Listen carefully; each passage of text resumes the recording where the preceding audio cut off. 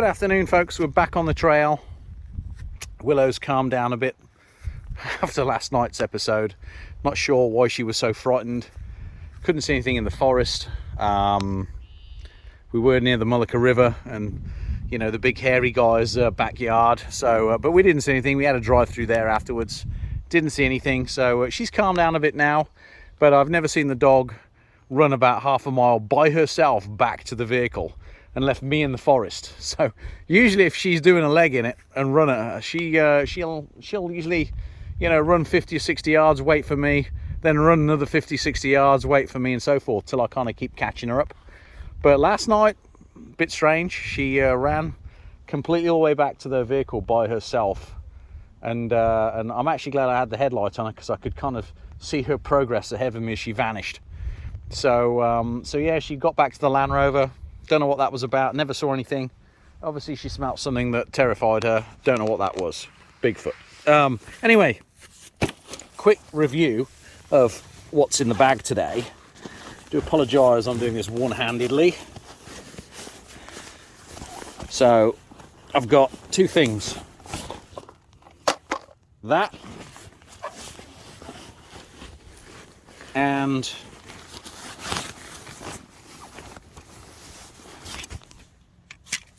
that. So these are my saws. So here we have Gomboy, Japanese, nice case, about it. Japanese Gomboy 240 straight edge blade. And here we have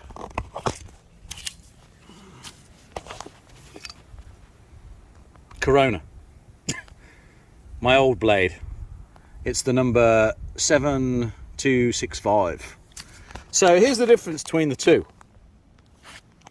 $26, $57. Cutting performance is slightly better on this.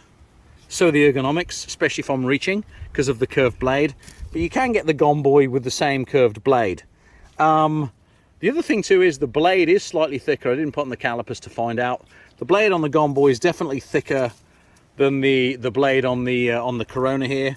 But they've still both incurred kinks in their usage. So I would say none is better than the other. If I go to replace the blade on this Silky Gomboy, it's going to cost me $27 on Amazon. So I could get a whole new Corona for $1 cheaper.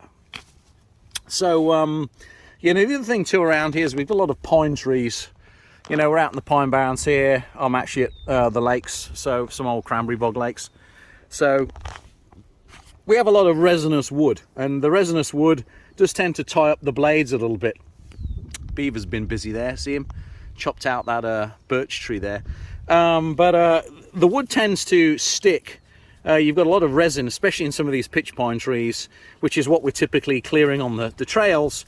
So it doesn't matter what blade you've got, it's going to get stuck. And as you can see, there's some leftover there, leftover schmegma on the old Corona blade. So, you know, so that's going to be a problem for both of these blades. You are going to incur some flexing and some potential kinks, you know, as you cut. Now, both of these blades, as you look, teeth are facing backwards towards the handle. So that means these teeth cut on the pull. They don't really cut on the push, they're a pull cut blade.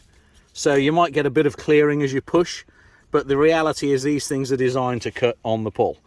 And I've put a lot of use in both of these blades. This one is a little older than this one. This one's got a nicer handle for sure. This one's actually more ergonomic and cheaper plastic. The lockup mechanism on this is obviously metal. So, hold on a second. So it's got a couple of different positions there. Very positive click. The one on this is plastic. Still a positive click though. It's not going to come back on your fingers or fold up on you.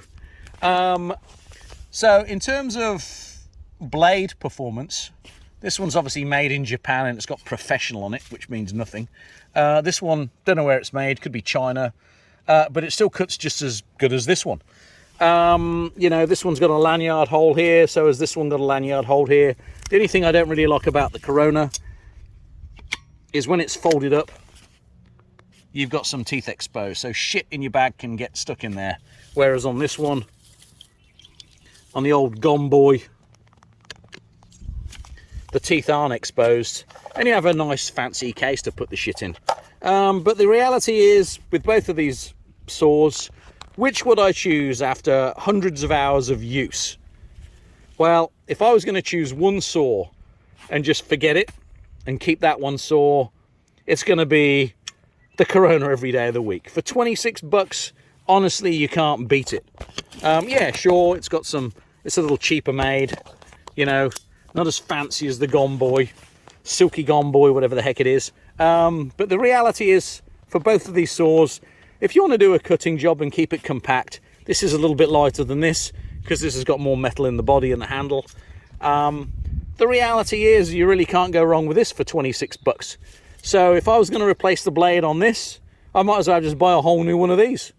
So the Corona is much better value long term than the Gomboy, and they cut equally as well. This one would be obviously for a little bit more precision cut if you're using a straight edge.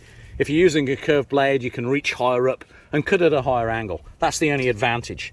But I also like the fact it's got a crook on the end of here, so it allows me to reach further too, whereas on this one it's kind of uncomfortable. So that's the end of this review. For 26 bucks, choose this every day, forget this.